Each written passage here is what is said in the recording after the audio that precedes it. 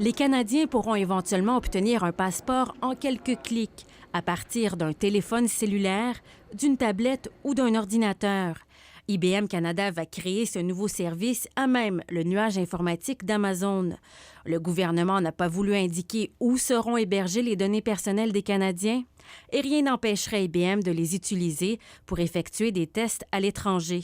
Même si c'est une compagnie américaine qui s'engage à garder les données localement au Canada, le Cloud Act fait que les données pourraient être éventuellement transférées hors du Canada. Si on regarde l'historique d'Amazon, on constate rapidement que cette entreprise-là fait très souvent de la revente de données de ses utilisateurs.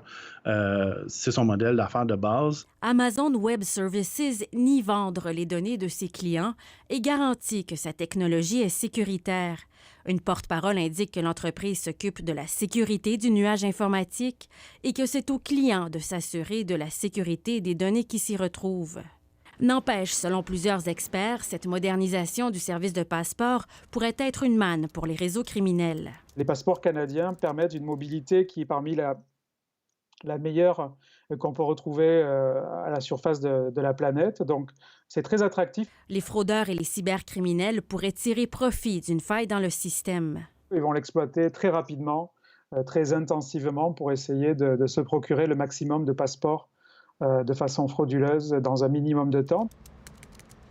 Mais ces problèmes pourraient être évités si le gouvernement faisait appel à ses propres informaticiens, selon le principal syndicat qui les représente. Les fonctionnaires spécialistes en informatique sont capables de développer des systèmes très performants, gérant des données très sensibles. Et la sous-traitance risque aussi d'entraîner une perte d'expertise au sein de la fonction publique. C'est un cercle vicieux qui fait qu'on dépend après ça de ses ressources à l'externe. IBM Canada n'a pas répondu à nos questions.